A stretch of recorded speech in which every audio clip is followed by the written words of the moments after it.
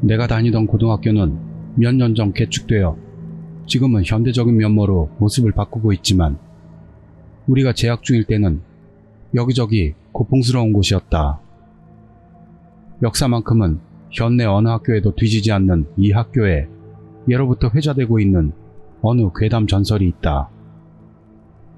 그것은 이른바 소희의 무덤이라는 이름인데 제목만 들으면 괴담에서 많이 듣고 보던 소혜모 괴담을 떠올리는 사람도 있을지 모르겠다. 나도 오컬트 게시판을 들여다보게 된 게 아주 최근이지만 우리 학교에 전해지던 소희의 무덤 이야기라는 것은 일반적으로는 그 소혜모 괴담과 같은 계통으로 너무 무서워서 아무도 이야기할 수 없는 계통이라는 것도 신기하게 공통점이 있다. 그러나 어느 선배는 안보투쟁이 한창이던 시절에 학생운동에 얽힌 이야기 같다 고도 했고, 같은 고등학교의 졸업생인 10살 이상 차이나는 친척형은 1920년대부터 30년대에 걸쳐 생긴 이야기 같다고도 했다.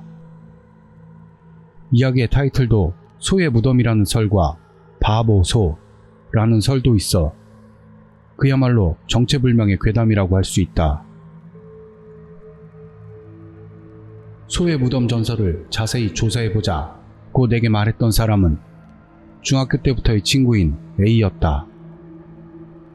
계절은 철이 바뀔 때쯤이었던 것 같다. A는 나와 다르게 우등생으로 성적은 언제나 상위 그룹. 하지만 중학교 다닐 때부터 오컬트나 판타지 종류에 상당히 경도되어 있어 이 이야기도 원래는 A가 정년 직전에 나이든 교사에게 들었던 게 시작이 된 것이다. 하지만 소의 무덤의 전설조사는 순탄치 않았다. A는 도서관에서 지방신문을 뒤지고 과거의 졸업생들을 찾아가거나 대학 도서관까지 들어가 다양한 자료를 끊임없이 조사했다. 나도 몇 번은 A의 조사에 동참했는데 그 열정은 어딘가 이상한 구석이 있었다. 아니, 아마 A는 그때 이미 뭔가에 홀려 있었는지도 모르겠다. 그리고 여름방학이 찾아왔다. A는 학원 여름 강의 중에도 아직도 여러가지 향토 역사 자료를 조사하거나 여전히 소의 무덤에 대해 지치지 않고 조사하고 있었다. 나와 A는 다른 학원에 다니고 있었는데 여름방학 조금 전부터 학원에서 같은 과목을 수강하던 같은 학교의 여자애와 사이가 좋아진 바람에 불순한 목적으로 학원에 열심히 나가게 되어 조사에 대한 동기부여가 떨어질 때였다. 8월 초 무렵 나와 A가 소속되어 있던 동아리에 여름 합숙이 있었다. 여름 합숙이라고 해봐야 겨우 동아리 활동을 끝낸 후에 부원들끼리 학교 내 숙박시설에 묵는 것뿐이지만 그날 밤 오랜만에 A와 만나서 그 후로의 조사 상황에 대해 묻자 60년대에서 70년대에 걸쳐 학생이 죽었던 사건이 있었던 것은 사실인 것 같다. 하지만 그 사건과는 별개로 발표되지 않은 다른 사건 하나가 과거에 존재했다는 것을 어느 옛 졸업생에게 들었다. 아무래도 이 이야기야말로 소의 무덤 사건에 숨겨진 진실이 있을 거라 본다. 이때 A는 분명히 사건이라고 말했다. 그 일을 알고 있는 사람을 지금 찾고 있다. A는 그런 이야기를 내게 해줬다. 그 후 당연히도 심야 시간대에 부원들 몇이 무서운 이야기를 늘어놓고 있었는데 어느 여자 부원이 분신사발을 하자는 말을 꺼냈다.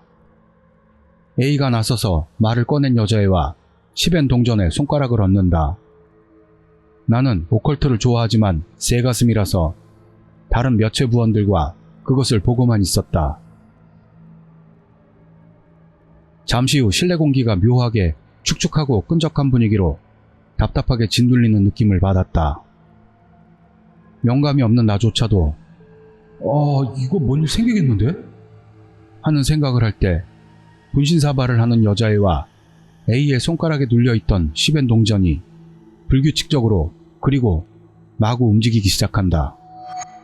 으아, 이거 뭐야? 에워싸고 있던 나와 다른 부원들의 얼굴빛이 어두워졌는데 랜덤으로 움직이면서 멈추지 않는 시벤 동전에 손가락을 얹고 있는 여자애와 A의 안색은 새파란 것을 넘어 새하얗게 변했다. 방구석에 누군가 알 수 없는 사람이 서 있는 것 같은 기분이 들었어도 몸이 부들거려 그쪽을 볼 배짱도 생기지 않았다. 다른 여자애가 울기 시작했다. 너희들 뭐 하는 거야? 갑자기 큰 소리가 나더니 전 부장이었던 작년 졸업생 OB인 B 선배가 방으로 달려들어왔다. B 선배는 여자 부원과 A의 뺨을 때리더니 동전을 움켜쥐고 방충망을 열어서 밖으로 있는 힘껏 내던졌다. 그리고 분신사바에 쓰던 종이를 가지고 합숙소 밖으로 나갔다. 나중에 들어보니 종이는 둥글게 말아서 화장실에서 흘려보냈다고 한다. 장난으로라도 이런 짓은 하면 안 돼 너희들. B 선배는 비교적 영감이 강한 것 같아 자던 중 기분이 이상해지고 구역질이 올라와서 눈이 떠졌다고 한다. 그건 그렇고 참 호걸인 선배다. 이제 너희도 얌전히 자라. A는 아직 멍한 표정이었지만 천천히 일어나 남자들 방으로 향했다. 아, 그리고 그 등 뒤에다 선배가 말한다. 에이, 넌 뭐라고 하진 않겠지만 이젠 적당히 좀 해. 라고 말했다. A는 대답을 하지 않고 그냥 나갔다. 결국 잠을 제대로 이루지 못한 채 다음날 아침이 되고 우리들은 해산한 후 귀가했다. 그로부터 2주 정도 지난 뒤 여름방학도 반 정도 남았던 어느 날 밤 A에게서 전화가 걸려왔다. 소의 무덤 이야기인데 아직도 조사하고 댕기냐? B 선배도 말했잖아. 적당히 하라고. 많이 알아냈어. 다른 하나의 이야기는 진상을 알게 된 여자에게만 저주가 걸린다는 말이 있는 것 같아. 여자만? 그러니까 나는 괜찮아. 그리고 학생운동 때의 이야기를 자세히 알고 있는 사람을 내일 만나. 내일 모레 소집일에 다 이야기해 줄 테니까 기다려줘. 그렇게 말하고 전화를 끊었다. 하지만 그날 A는 끝내 학교에 오지 않았다. 궁금해서 밤에 집으로 전화를 걸었지만 아무리 걸어도 받지 않았다. A와 연락이 닿지 않은 채 여름방학도 끝나가기에 나는 A의 집으로 향했다. 그러나 A의 집은 모든 문이 굳게 닫혀 있었고 현관 신문함에는 신문이 가득 차 있었다. 물론 벨을 눌러도 아무런 반응이 없다. 커지는 정체 모를 불안감만을 안고 그 해의 여름방학이 끝난다. 2학기가 되어서도 A는 학교에 나오지 않았다. A에게는 연년생인 여동생이 1학년에 있어서 1학년 중 아는 애에게 물어봐도 동생도 학교에 오지 않는다는 것이었다. 그로부터 한참을 지나서야 나는 어느 후배 여자 부원 중 하나에게 어떤 소문을 들었다. A의 여동생이 여름방학 중에 갑자기 극단적 선택을 시도했다는 것이다. 그 애는 엄청 밝고 활발해서 친구들 중 누구도 그런 전조는 보지 못했다고 했지만 자기 방에서 칼로 목을 그었다고 한다. 학교에는 A와 A의 동생 모두 집안 사정으로 인해 전학을 간다는 연락이 있었고 그게 처리된 것을 뒤늦게 알았다. 하지만 선생님은 전학 간 이유에 대해서는 아무것도 말해주지 않았다.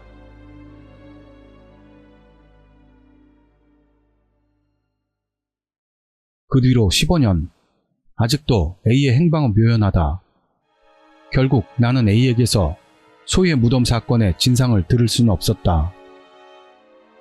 아무도 내용을 모르는 최강의 괴담이라는 점에서도 소해목 괴담과의 희미한 공통점이 보이지만 다만 내가 신경이 쓰이는 것은 A는 소의 무덤 사건에 관한 조사 노트를 2권 정도로 나눠서 가지고 있었다. 그 조사 기록을 A의 여동생이 봤다? 혹은 읽었다? 라는 가능성을 생각해 볼 필요는 없을까? 아니면 돌발적이었던 그의 자살 시도에 대한 설명을 할 순 없지 않을까? 훗날 B 선배와 이 이야기를 할 때 선배는 내게 이렇게 말했다. 그 녀석, 그날 밤 분신사바하기 전부터 뭔가 엄청나게 좋지 않은 공기가 몸을 둘러싸고 있었어. 희미한 그림자라고 해야 하나? 정체를 알 수 없는 뭔가에 씌어있는 기분이 들어서 말이지. 그게 신경이 쓰이더라고. 아마 그게 원룸이라는 놈 아닐까? 에이, 원래부터 오컬트를 좋아했던 네가 만약 이것을 듣는다면 연락 한번 됐으면 좋겠다. 긴 글 들어주셔서 감사합니다. 참고로 그 학교에 소의 무덤이라는 이야기가 전해지고 있다는 건 비교적 잘 알려진 이야기인 것 같고, 얼마 전 거래처와의 술자리에서 고객인 50대 전반의 CC라는 분과 환담 중 땡땡군은 XX고등학교 출신인가? 옛날에 그 학교에 소의 무덤이라는 이야기가 전해지고 있었다는데 자네 정도의 나이라면 잘 모를지도 모르겠네. 라고 그리운 듯 말해서 묘한 동질감을 느껴 이 이야기를 풀어봤습니다. 에이, 만약 네가 아직도 그 조사기록 노트를 가지고 있다면 한시라도 빨리 태워버리길 바란다.